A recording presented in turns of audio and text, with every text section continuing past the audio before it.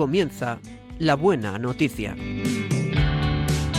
Un programa que hoy presenta la Renovación Carismática Católica en España.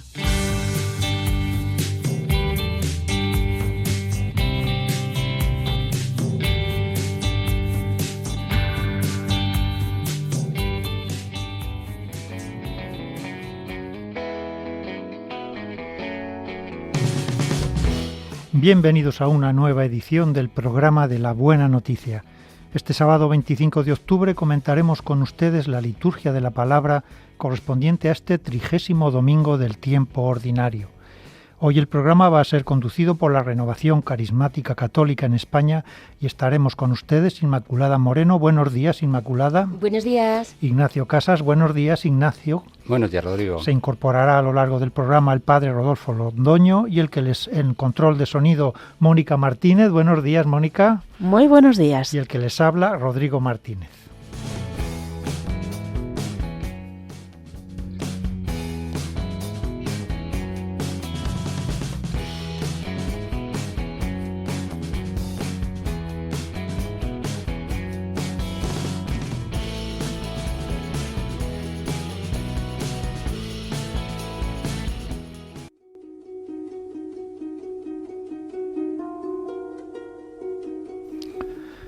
Cuando el Hijo del Hombre venga, ¿encontrará la fe sobre la tierra? Acaba de preguntar Jesús.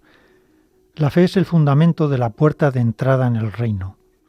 Las jambas que lo sostienen son la oración y la humildad. Por eso, después de haber declarado la necesidad de la oración, tal como proclamamos el domingo pasado, ahora se habla de su cualidad de fondo, la humildad.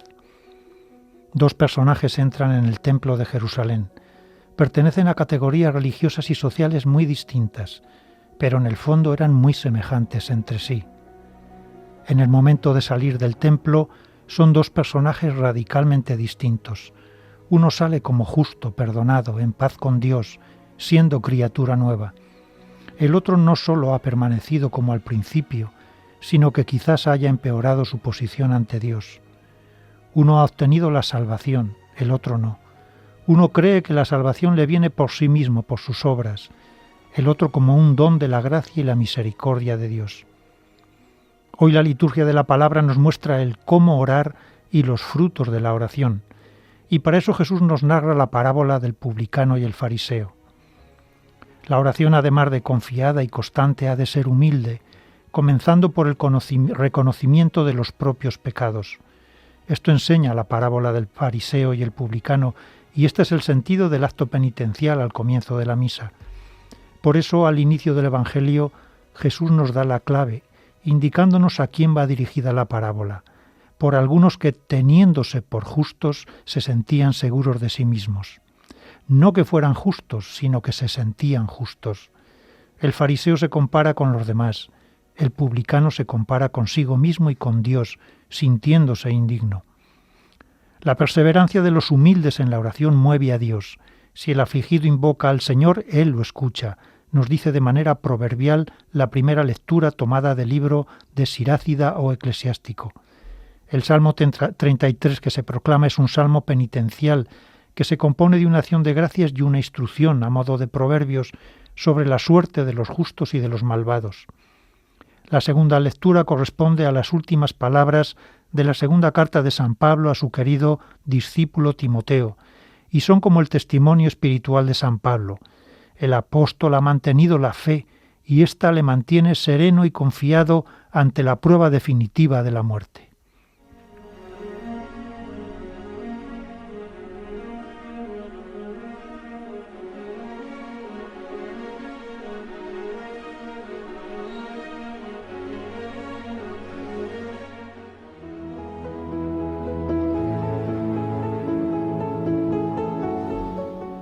Lectura del libro del Eclesiástico.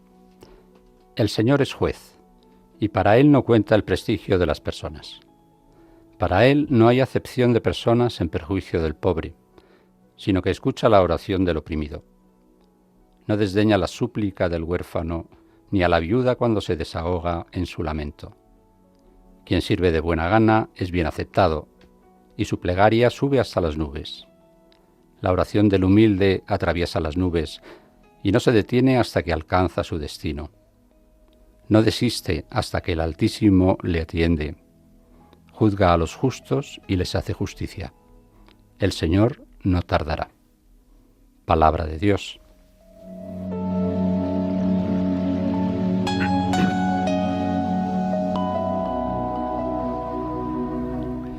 El libro de la Sirácida o Eclesiástico es uno de los libros sapienciales del Antiguo Testamento, junto con Proverbios, Jod, Coelet, Eclesiastes y Sabiduría. Está datado en el siglo II a.C. y es, junto con el libro de la Sabiduría del siglo I a.C., uno de los libros más tardíos del Antiguo Testamento. El autor es un judío de ambiente piadoso, próximo a la sabiduría tradicional, que evita enfrentarse a la cultura griega dominante en esos momentos.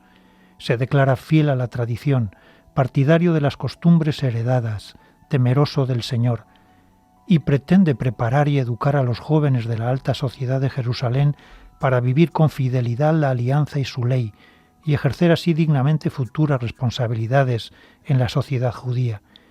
Quiere así transmitir a las nuevas generaciones, sin duda atraídas por el mundo y por la cultura griega, todo el patrimonio religioso de Israel y una fe incondicional en Dios.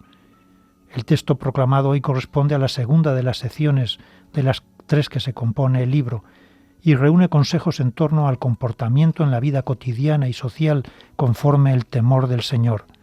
Esta lectura en concreto versa sobre la justicia divina.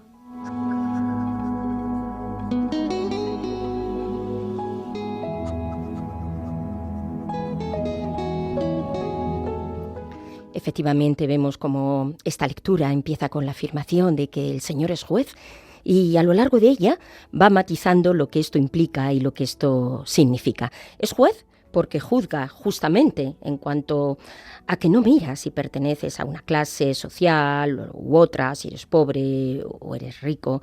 En realidad, el autor del libro del Eclesiástico matiza este hecho precisamente porque Dios no es como nosotros, los hombres, que de forma consciente o inconscientemente sí que hacemos esa acepción de personas.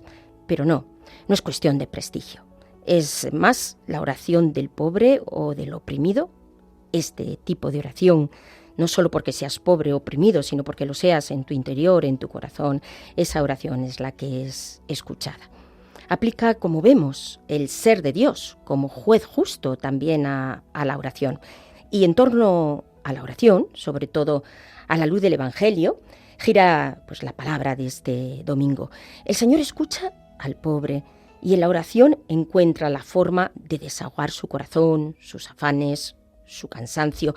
Más aún, también el que sirve de buena gana, porque el servir sin buscar prestigio es también humilde. Esto es también una acción humilde. Y además utiliza una expresión, esa oración del humilde que atraviesa las nubes, como ya sabemos, el lenguaje gráfico y directo al que nos tiene también acostumbrados el lenguaje semítico y la palabra de Dios, porque el Señor no puede despreciar esa oración. Y además es una oración perseverante, porque la persona humilde insiste y no le importa seguir insistiendo, al contrario. El que es orgulloso no quiere insistir, pero el humilde sigue insistiendo con la certeza de que Dios le va a escuchar y de que Dios le va a hacer justicia. Por eso esta lectura, amigos, nos va mostrando cómo orar, sabiendo que oramos al Dios justo, quien no hace acepción de personas, el que escucha especialmente a los humildes y abatidos, porque los corazones sencillos y humildes oran en esperanza, sabiendo que aunque parezca que su plegaria no ha sido escuchada, en fe lo creen y en esperanza lo alcanzan.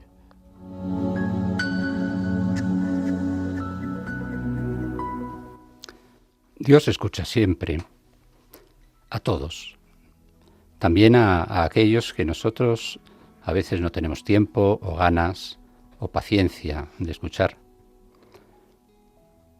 El Sirácida pone como ejemplos al pobre, al huérfano, a la viuda, al oprimido. Pero todos somos huérfanos porque no convivimos con nuestro Padre, que está en el cielo. Todos hemos enviudado porque nuestro esposo Cristo está en el cielo esperando nuestra llegada. Y todos somos oprimidos, primero por el demonio, también por nuestros propios pecados y por los pecados de los demás que nos afligen, nos hacen daño. Saber esto es vivir en la verdad. Ignorarlo es vivir la mentira de una existencia autosuficiente que no necesita a Dios para nada. Jesús nos dijo: la verdad os hará libres. Presentarnos ante Dios desde la verdad de nuestra condición caída nos abre el camino de su gracia, que nos va a ir liberando poco a poco a lo largo de nuestra vida. El Salmo 130, en su primer versículo, nos dice: desde lo hondo a ti grito, Señor. Así debemos orar nosotros a Dios, desde lo más profundo de nuestro ser, sin ocultarle nada.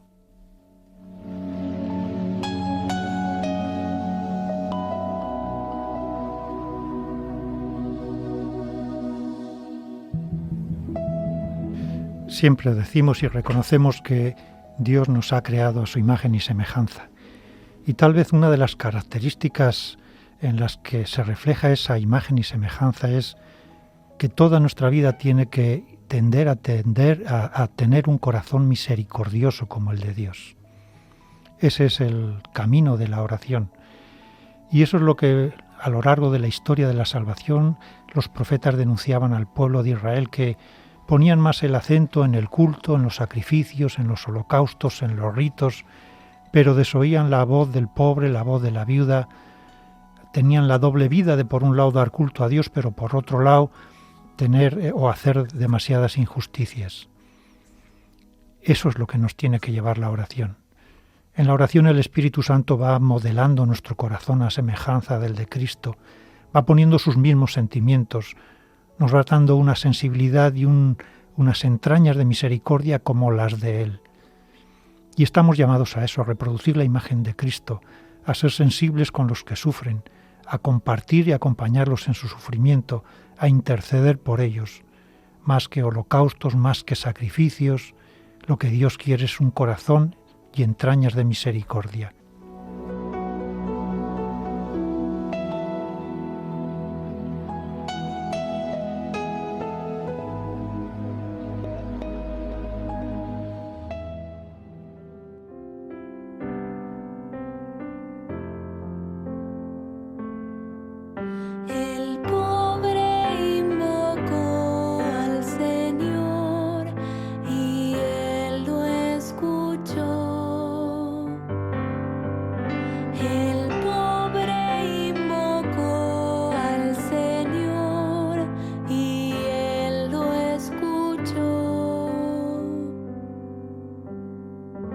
Bendeciré al Señor en todo tiempo, su alabanza estará siempre en mis labios.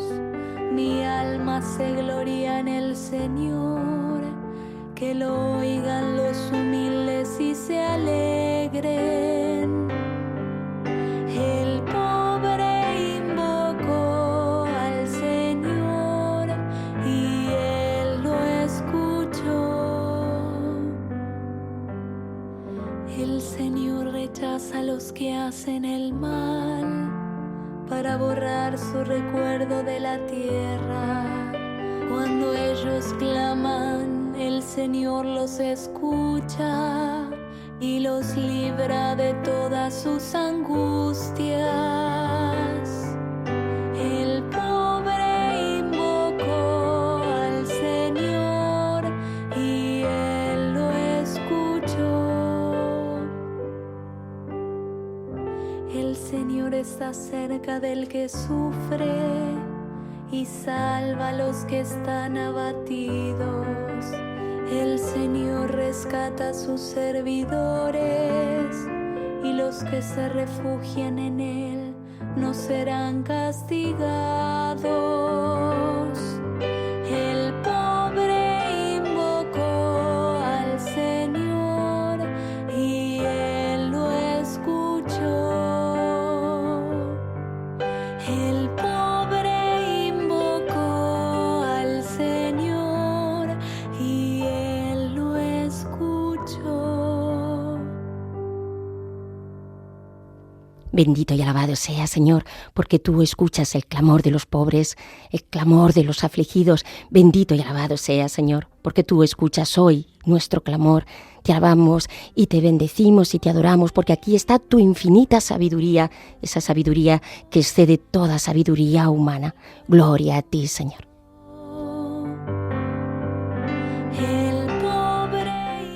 Bendito seas, Señor, yo te bendigo porque para ti todas las personas somos iguales, no estableces distinción entre unos y otros, porque todos somos pobres, todos estamos en tus manos, Señor, y la alabanza está siempre en mi boca por tu bondad, Señor, para con todas las personas, con todos los que te necesitamos en todo momento. Gloria a ti, Señor, alabado seas.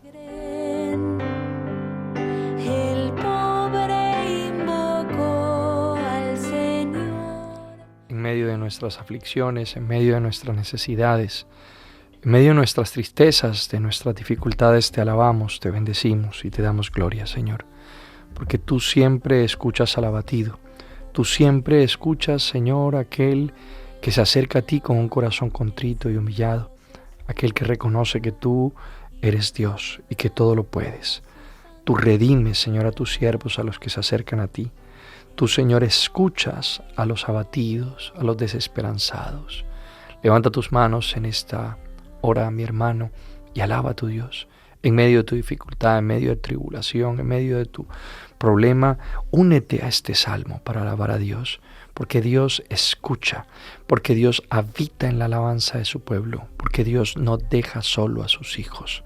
Alábale y verás obras, porque cuando el pueblo alaba a Dios suceden cosas maravillosas, se rompen las cadenas, se desatan las ataduras, hay bendición, hay sanación, hay gracia, porque Dios escucha la súplica y la alabanza de sus hijos.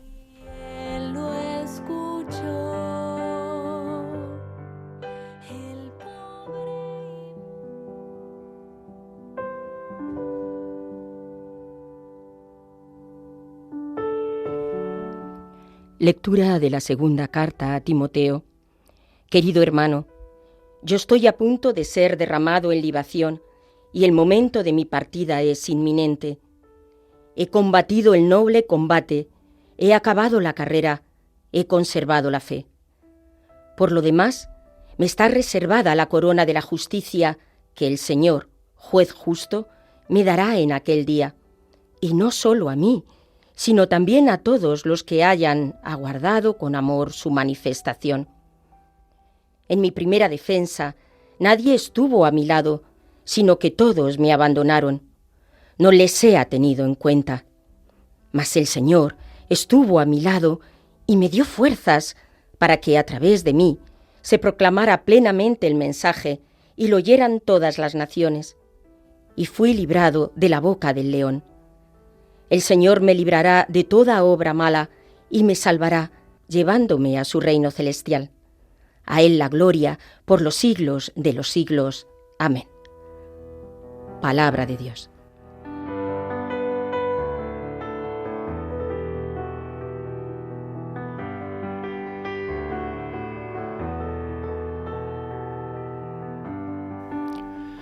Las cartas a Timoteo y Tito corresponden a la categoría de cartas pastorales, dirigidas a dos de sus colaboradores principales. Se les llama pastorales porque parte de su contenido aborda las responsabilidades de los pastores de la Iglesia. Timoteo era originario de Listra, donde Pablo le encontró y le hizo su compañero de misión junto a Silas. En las cartas de Pablo y en los Hechos de los Apóstoles aparece como responsable de diferentes tareas, y es citado como coautor de varias de sus cartas. Acompañó a Pablo durante la cautividad en la que escribió las cartas a Colosenses, Filipenses y Filemón. Al escribirle esta segunda carta, la más personal, Pablo está prisionero en Roma y, a diferencia de su primer arresto allí, ahora espera la muerte. Pablo escribe al discípulo por el que siente mayor afecto, al que le acompañó a lo largo de los caminos y al que llama su hijo amadísimo. Pablo se siente terriblemente solo. Casi todo el mundo le ha abandonado. Solo Lucas, el evangelista, permanece junto a él. Por lo demás hace una encendida defensa de su misión, de su celo por el Evangelio y de su confianza plena y absoluta en el Señor.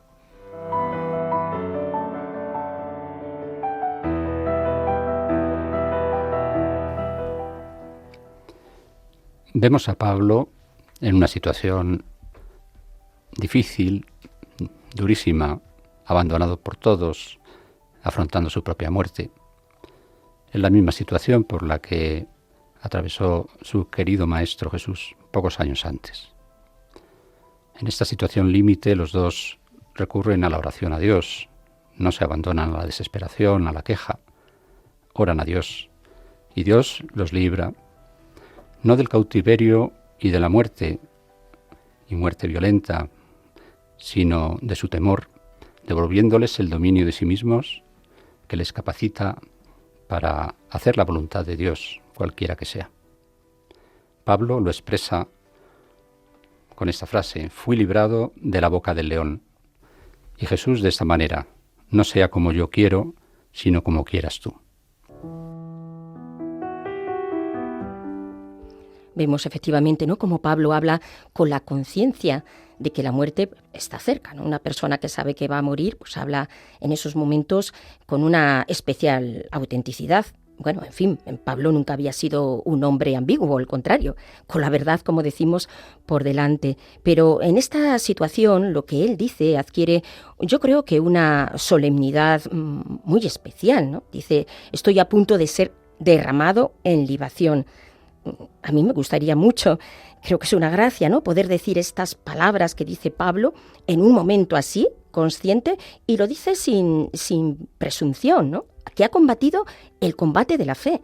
Pues así entiende este paso por la vida, como una lucha, como un combate para proclamar y defender la fe, y con ese convencimiento de que será coronado con la justicia.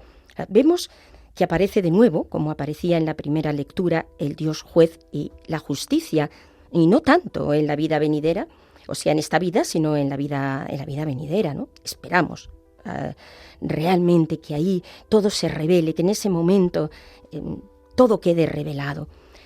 Habla de injusticia también se cometía con él, puesto que le iban a matar por predicar el Evangelio. Pero ante eso, ¿es que acaso no es mayor injusticia la que se cometió contra Cristo, que es el justo, el único justo? Y vemos como también sale el tema de la esperanza, igual que había salido en la primera lectura. Y Pablo así se desahoga indicando con toda vulnerabilidad. Vemos a un apóstol que manifiesta su pequeñez, su vulnerabilidad, pues cómo se había sentido solo, cómo se había sentido abandonado, pero desde luego no por el Señor.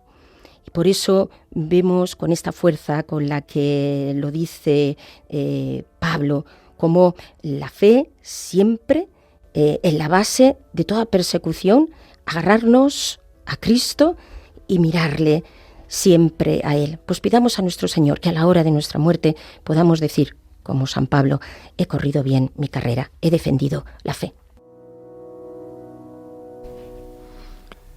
Es interesante cómo Pablo nos muestra la vida, nos da como varios nombres para la vida, o cosas que hay que hacer en la vida, o características que tiene la vida. Lo primero que relación que hace es como un combate. La vida es un combate. Él dice: he combatido el noble combate. La vida es un combate. Y a veces nosotros creemos que la vida es color de rosa. Incluso hay gente que dice: padre, yo que rezo tanto, yo que oro tanto, yo que voy a la misa, voy a la iglesia, yo que soy tan bueno, ¿por qué me pasa esto? ¿Por qué me pasa aquello? ¿Por qué me pasa lo de más allá? Como si estar con Dios significara no tener problemas. San Pablo lo dice, es un combate. Tiene un combate el que reza y tiene un combate el que no reza. Pasa por dificultades el que va a la misa y pasa por dificultades el que no va a la misa. Lo que te hace diferente no es que haya o no haya problemas o preocupaciones o que pases por sufrimientos o por dolores. Es cómo combates, con quién combates, con la fuerza de quién vas a combatir. Sé que estás pasando por momentos duros y que a veces te sientes como en un combate y te sientes sin fuerza, pero dice San Pablo también en la carta a los Corintios que cuando somos débiles somos fuertes, porque la fuerza proviene de Dios. Lo que nos hace diferentes a los cristianos no es que no pasemos por dificultades o que no combatamos, sino que tenemos a quién pedirle, a quién acudir y con quién enfrentar esos gigantes que quieren combatirnos. Ese gigante de la tristeza, ese gigante de la depresión, de la angustia, de la ansiedad, del miedo, ese gigante de la duda, de la confusión que quiere afectarte. Ese combate se combate con Cristo, con Dios. Y ese es el combate que pudo enfrentar San Pablo. Combates materiales, combates emocionales, combates espirituales, que son incluso mucho más fuertes. También habla de la carrera. Esto es una carrera. Me hace recordar las palabras de San Juan 23. Hacerlo todo, hacerlo bien, hacerlo pronto y hacerlo con alegría. Es una carrera. Que a veces vamos ahí como a paso de tortuga y es una carrera, una carrera. Estamos en una carrera, la vida es una carrera para alcanzar el premio, una carrera para alcanzar la salvación, una carrera para alcanzar a Cristo. Si vemos los textos bíblicos, hay varios que manifiestan que estar quieto siempre nos hace perder. El ciego de Jericó está al borde del camino, tirado al borde del camino pidiendo limosna, está quieto. Y cuando se encuentra con Jesús, se coloca en movimiento. Jesús, hijo de David, ten compasión de mí. Luego se acerca, ¿qué quieres? Quiero la vista, queda sano. Y dice la palabra del Señor, empieza a seguirle. ¿Qué haces quieto? La vida es una carrera. ¿Qué haces quieto ahí, esperando que las cosas te vengan del cielo? ¿Qué haces quieto? Esperando que todo funcione bien por arte de magia. No, el cristiano es el que se pone en movimiento. El cristiano no es el que espera que vengan las cosas del aire.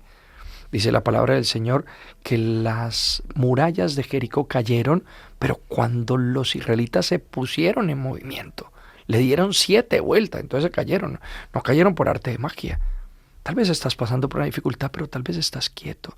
Y has dejado que el enemigo te haga quedarte quieto. Y cuando te quedas quieto te aíslas. Y cuando te aíslas se vuelves más débil. Y cuando te vuelves débil te vuelves manipulable. Colócate en movimiento. Acércate a la iglesia. Busca. Coloca tu parte. Haz tu parte humana que Dios hace tu parte divina. Y por último, habría más, pero por utilizar esta frase de la carta a Timoteo, conservar la fe. Conservar. La vida es conservar, es cuidar, es guardar. Guarda lo más importante que tienes. A veces no guardamos lo más importante. Lo más importante es la fe, pero también guardar la familia, también guardar tu corazón. La vida es necesario guardar, cuidar, ser delicado, cuidar lo más importante. No lo expongas, no. Acuérdate del texto bíblico en el huerto de los olivos. Vigilad y orad para no caer en tentación. Hay que vigilar, hay que ser cuidadoso. La vida es un combate, pero no combate solo. La vida es una carrera, no te quedes quieto. La vida es cuidar, vigilar. No expongas el regalo más maravilloso que Dios te ha dado, que es la fe.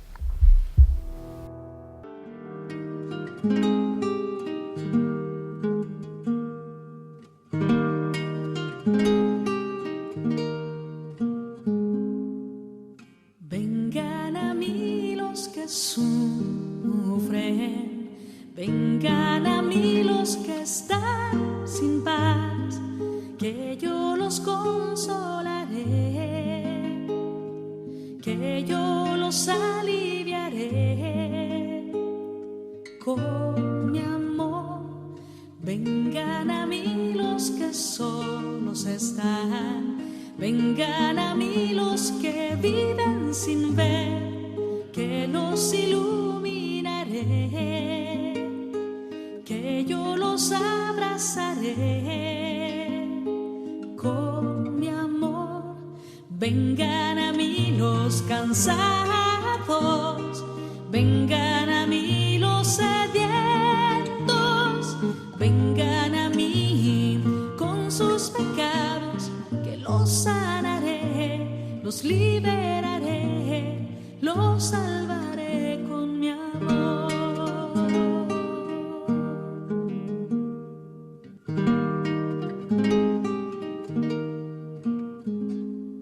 Vengan a mí los cautivos,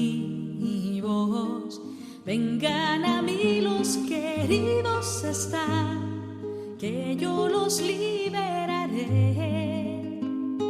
que yo los aliviaré con mi amor. Vengan a mí los enfermos, vengan a mí los queridos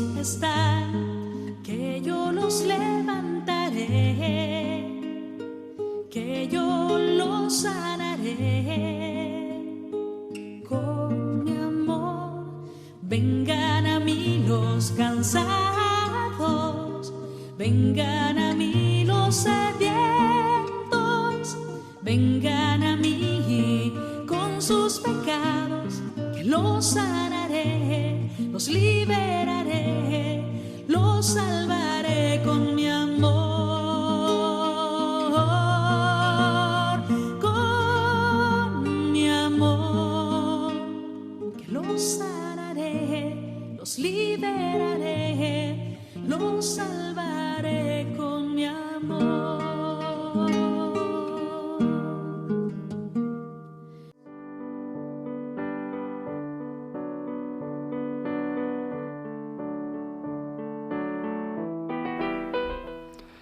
Evangelio de nuestro Señor Jesucristo según San Lucas.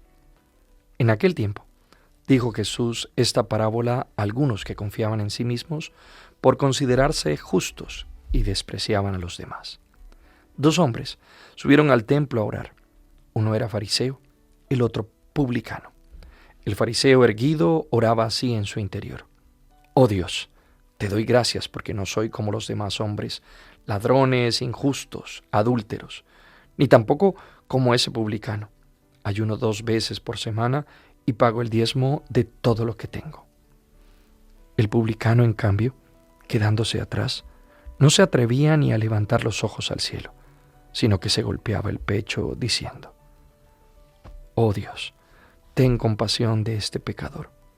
Os digo que éste bajó a su casa justificado y aquel no, porque todo el que se enaltece será humillado, y el que se humilla será enaltecido.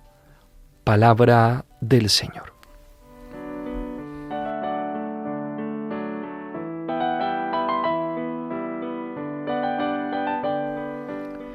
Tanto la parábola del juez inicuo y la viuda importuna que se proclamó el pasado domingo, como esta del fariseo y el publicano, hacen hincapié en la manera de orar.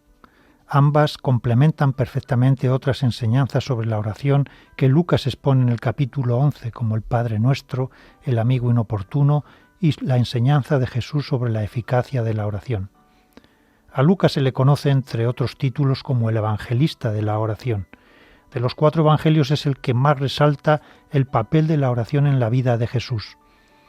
En su relato Jesús ora constantemente, antes de cada decisión importante, en los momentos de alegría y sufrimiento, y enseña a orar a sus discípulos. Lucas también es llamado el evangelista de la misericordia, por las parábolas del buen samaritano y del hijo pródigo, y su visión de la oración está profundamente unida a esa misericordia. Orar es abrir el corazón a Dios y a los demás.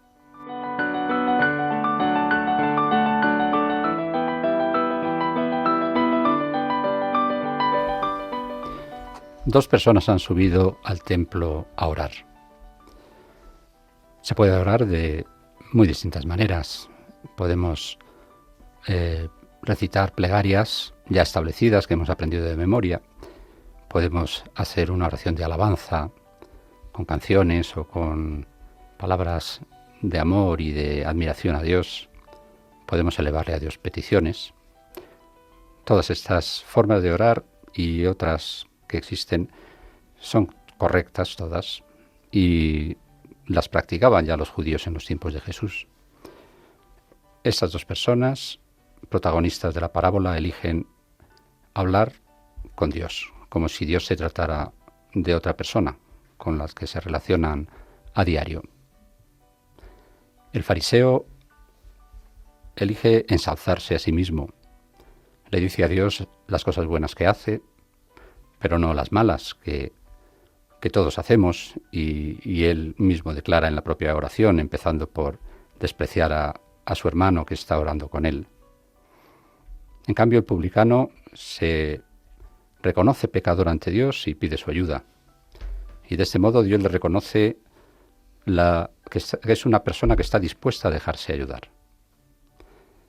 Puede ocurrirnos a nosotros también que, como el fariseo, queramos dar una buena imagen a Dios, distinta de lo que realmente somos. Cuando hacemos esto con otras personas, la conversación se vuelve banal, se llena de tópicos, no decimos lo que pensamos, sino lo que creemos que la otra persona quiere escuchar. Es una comunicación en la que nosotros no nos implicamos, no nos mostramos. Es una comunicación pobre sobre la que no se puede construir una amistad verdadera o auténtica. Igualmente, dar a Dios una imagen distinta de lo que realmente somos empobrece nuestra relación con Él. Y además es absurdo, porque Él nos conoce a nosotros mucho mejor que nosotros mismos. Él no necesita nuestra sinceridad al rezar, pero sabe que nosotros sí necesitamos ser sinceros con Él. Quienes le ocultan a Dios sus facetas más oscuras no tienen problemas en revelarlas a un médico o a un psicólogo o a un psiquiatra.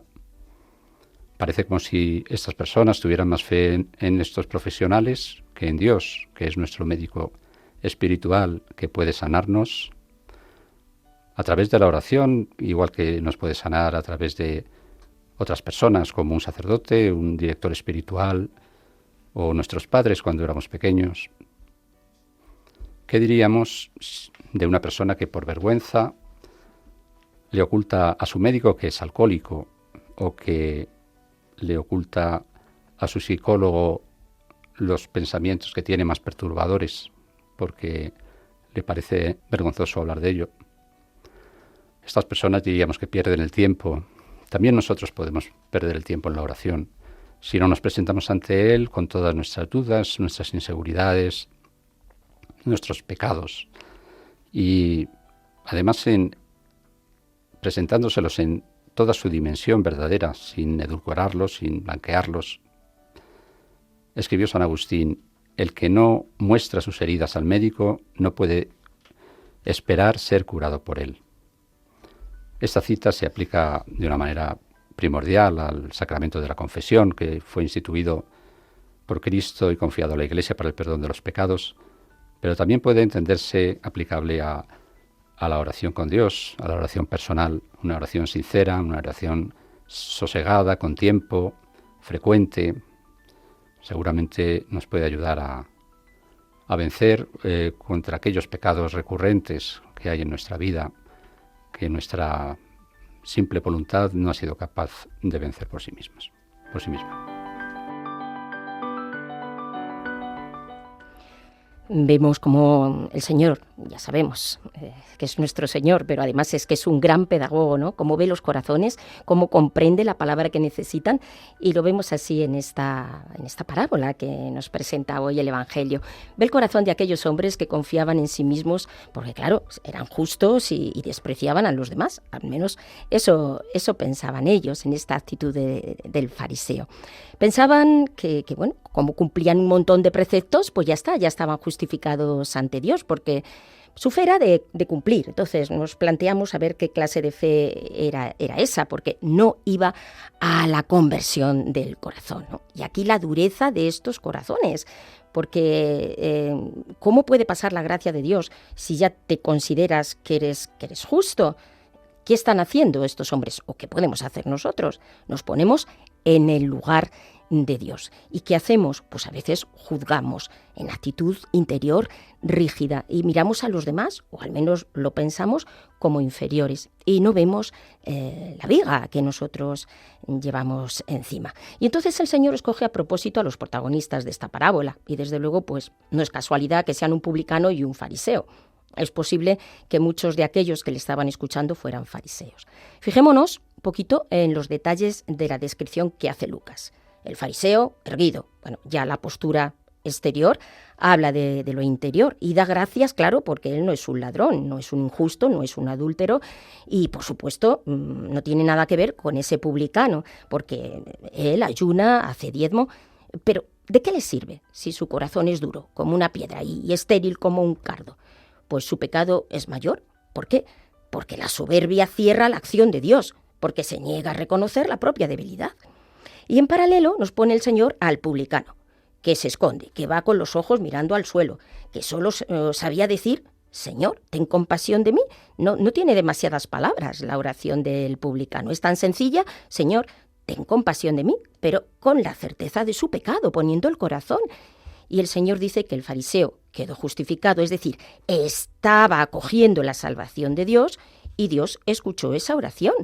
Y realmente así esta justicia es en su punto álgido misericordia, ya con esta luz que nos ofrece la parábola en el Nuevo Testamento, porque todo el que se enaltece será humillado y el que se humilla será enaltecido. Bueno, quizá al leer esta parábola sin darnos cuenta, pues nosotros que estamos en la iglesia diremos, bueno, pues en fin, yo soy el publicano, ¿no?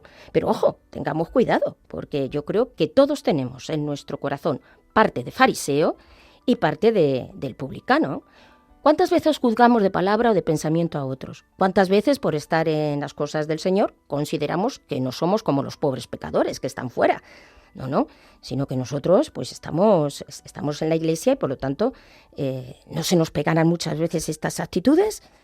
Solo cuando tenemos la actitud del publicano, que somos pobres pecadores amados por Dios, eso sí, y desde aquí y desde en su infinita misericordia, solo así podemos orar. A veces decimos que oramos, pero sí, yo oro, pero mi corazón sigue igual.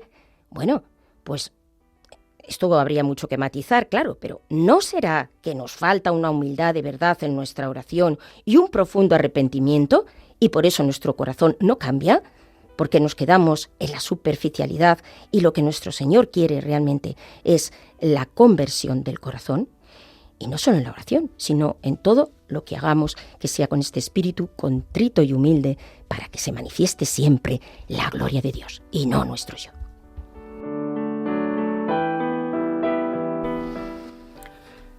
El Evangelio en los primeros versículos, o en el primer versículo, da la clave de interpretación. La clave es muy importante. Cuando uno no sabe la clave de interpretación de un texto, pues puede irse por las ramas. Si tú no sabes la clave en la cual se hace un pentagrama, terminas tocando una canción distinta, tocando un son diferente. Y el Señor nos dice, para aclarar, para exhortar, para hablarles a los que tenían unas características. ¿Cuáles características tenían? Decía, en aquel tiempo Jesús esta parábola a algunos. ¿A quiénes? A los que confiaban en sí mismo, primero, a los que se consideraban justos, segundo, y a los que despreciaban a los demás. 3 características. Confiar en sí mismo, considerarse justos y despreciar a los demás. Esas 3 características denotan una persona que no es espiritual. Puede ir a la iglesia todos los días, puede ir a misa diario, puede rezar tantos rosarios, puede saber la Biblia de memoria, pero si tiene estas 3 características, confían en sí mismos, se consideran justos y desprecian a los demás, no son cristianos. Y denotan 4 virtudes que tenemos que tener los cristianos. La primera virtud es la humildad, y la tiene el publicano, por eso se va justo. ¿Por qué se va justificado? Se va justificado porque tiene 4 virtudes cristianas, que no las tiene el fariseo, por mucho que rece, por mucho que no mate, que no robe, que no haga daño a nadie, por mucho que dé diezmo y que aporte a la iglesia. Si confía en sí mismo, si se considera justo y si desprecia a los demás, no es cristiano. La primera, entonces, repito, al considerarse que confiaba en sí mismo, la virtud que se contrapone es la humildad. El publicano es humilde, no confía en sí mismo, por eso se acerca a Dios, por eso dice, Señor, yo te necesito, y se postra de rodillas. El otro viene, pero como que no necesita, confía en sí mismo, por mi fuerza yo he podido. Incluso hay gente en la iglesia que es un poco voluntarista y cree que alcanza la santidad por su propio esfuerzo. Yo que me esfuerzo. El publicano tiene una actitud cristiana. ¿Cuál es la actitud cristiana de la humildad? El reconocer que todo es gracia. Yo necesito de Dios porque no soy capaz. Si usted cree que usted es capaz, que usted es fuerte, que usted lucha contra el pecado, que es usted el que vence, que es usted el que hace, dista mucho de tener la actitud que Dios le está pidiendo. La humildad que reconoce que no somos capaces. Santa Teresita del Niño Jesús es aquella que habla de la infancia espiritual. Es que yo no soy capaz, es que yo no puedo, yo soy una niña infante, una bebé, una florecilla silvestre, yo necesito de Dios. Esa es la actitud del cristiano. Este hombre está reconociendo que necesita de Dios. No es un soberbio que cree que yo puedo, yo soy, yo tengo. Fíjense que la nueva era nos lleva a eso, al individualismo, al yoísmo. Yo puedo, yo soy, yo tengo. No. Yo puedo con la ayuda de Dios. Yo soy porque Dios me ha creado. Yo tengo porque Dios me lo ha dado. Y en la iglesia pueden tener actitudes así. La segunda actitud, falta de reconocimiento del pecado. Aquel que se considera justo, yo soy justo, yo lo llevo bien. El problema del fariseo no es que no haya pecado, es que no reconoce que tiene pecado. Eso es lo más grave. San Juan Pablo II decía que el gran pecado de nuestra época, la posmodernidad del siglo XXI, era la falta de conciencia de pecado. Y vivimos en la iglesia sin falta de conciencia, con falta de conciencia de pecado. Creemos que todo lo hacemos bien. Pues eso lo hace todo el mundo, esto es normal, esto no pasa nada. Entonces tenemos una falta de conciencia de pecado. ¿Cuál es la actitud del publicano? Arrepentimiento, Señor, soy un pecador. Señor, yo fallé. Señor, yo me equivoqué. Esa es la actitud de un cristiano. Primero, reconocer que necesita de Dios. Todo es gracia, yo no puedo. Segundo, reconocer, yo he fallado. ¿Cuántas veces vivimos la vida sin reconocer que fallamos? Incluso en el matrimonio, incluso en la familia, incluso en el trabajo. Nos cuesta reconocer nuestros errores. El primer paso de Alcohólicos Anónimos, de Narcóticos Anónimos, de cualquiera de esto es reconocer que soy un alcohólico, reconocer que soy un drogadicto, reconocer. Si no reconoce, lo que no se reconoce no se redime, decía San Agustín. El publicano se fue justificado porque reconoció su pecado. El fariseo no se fue justificado porque no reconoció su pecado. Y tercera y última, gran pecado, despreciar a los demás. ¿Cuál es la actitud? La caridad. Ver en los otros a mis hermanos. El fariseo ve por encima del hombro. Yo soy mejor que los otros. El publicano se agacha, coloca su cabeza en el piso. Me recuerda una actitud. Cuando yo pongo mi cabeza en el piso, humus. El humus viene de humildad. Humus es tierra. Humus eres y en humus has de convertirte, decimos el miércoles de ceniza. Pongo mi cabeza en la tierra porque yo no estoy por encima de nadie. Yo reconozco que el otro está incluso por encima de mí. Y podría agregar una cuarta actitud. Humildad, arrepentimiento, caridad, resiliencia. El publicano está ahí porque quiere salir de ese hueco. No es el que yo soy un pecador y me alejo de Dios porque me da vergüenza. No. Está ahí pidiendo perdón porque tiene ganas de salir de ese hueco. Tiene resiliencia. Has fallado, pero te levantas. Has fallado, pero Dios te va a levantar. En cambio, el otro que es soberbio, que tiene falta de conciencia de pecado y que pasa por encima del otro, cuando tenga un problema no va a ser capaz de levantarse. No va a ser porque no tiene capacidad de frustración, porque se cree superior. En cambio, el publicano tiene resiliencia y sabe que puede salir adelante, que Dios siempre lo perdona y lo levanta.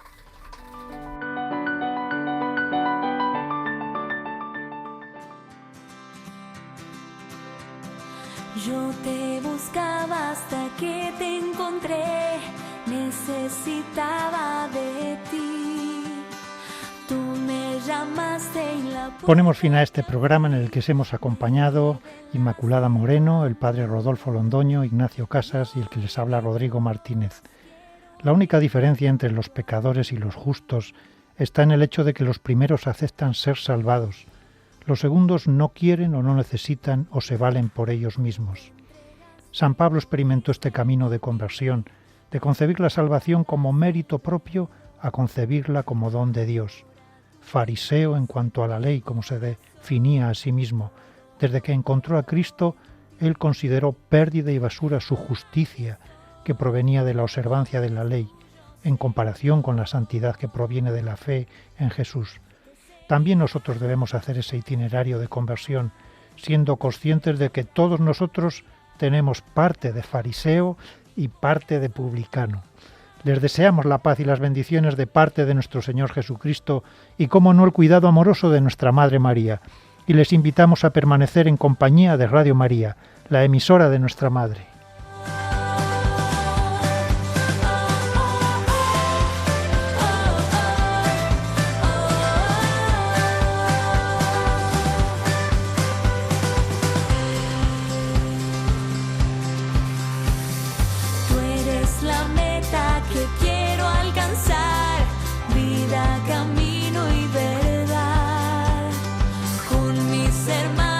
Vamos a luchar juntos por